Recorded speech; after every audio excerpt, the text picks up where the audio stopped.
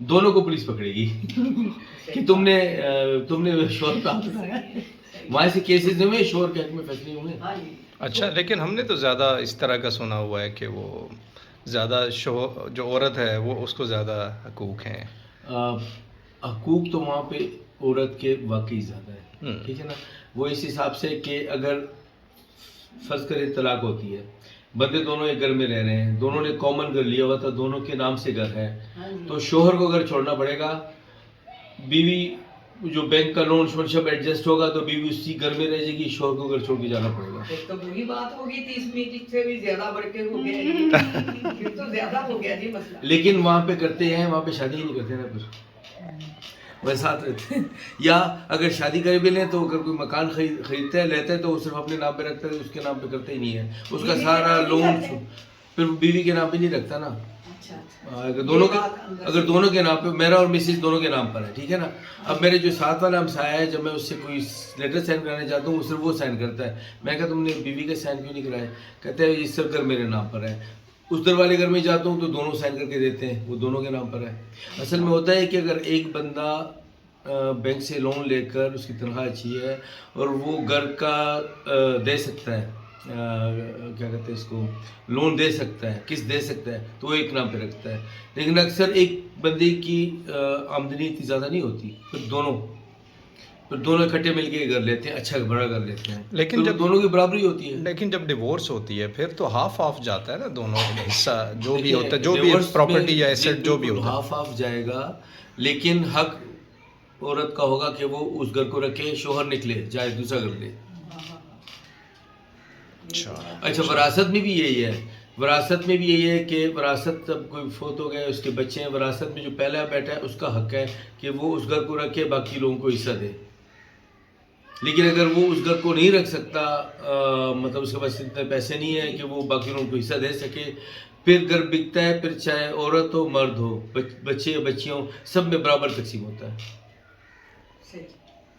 Welfare کا نظام قائم ہے, وہ تو ویلفیئر ملک ہے. اس نظام کے پیچھے وہ کہتے ہیں کہ وہ کس اصول کی پابندی کرتے ہیں, کس اصول کو فالو کرتے ہیں. وہ پتہ ہے آپ کو کیا ہے؟ عمر's لا. اچھا, حضرت عمر رضی اللہ عنہ, ان کے جو انہوں نے جو اس ٹائم پہ فلاحی قانون بنائے تھے فلاحی ریاست کے, وہ سب کے سب وہ انہوں نے پکڑ لیے, وہ فالو کرتے ہیں.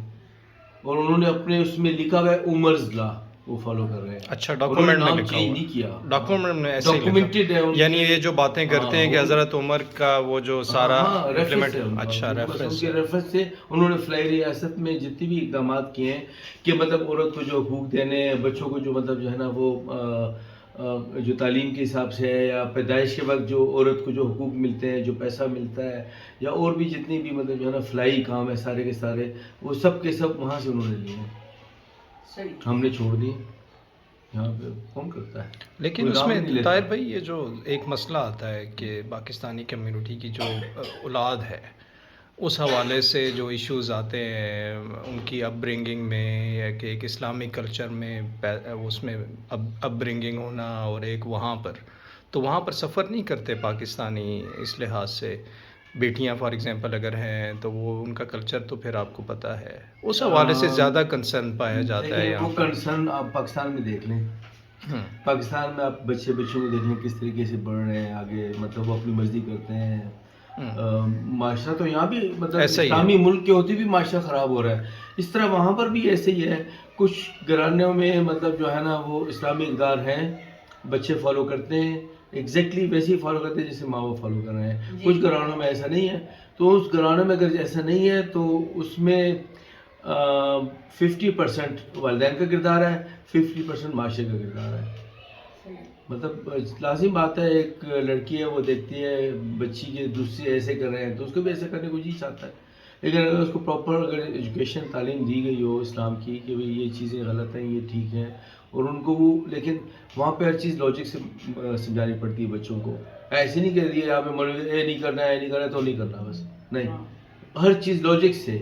اسکارف لے رہے ہیں کیوں لے رہے ہیں, پردہ کر رہے ہیں کیوں کر رہے ہیں, مطلب جو ہے نا شراب نہیں پینا تو کیوں نہیں پینا, لڑکوں سے میل جول نہیں رکھنا تو کیوں نہیں رکھنا. ہر چیز کی پیچھے لاجک. اسلام کے ہر جو ہم کوئی حدیث بھی بیان کرتے ہیں اس کے پیچھے ہمیں ہر سمجھانا پڑتا ہے اس حدیث کے پیچھے کیا لاجک ہے.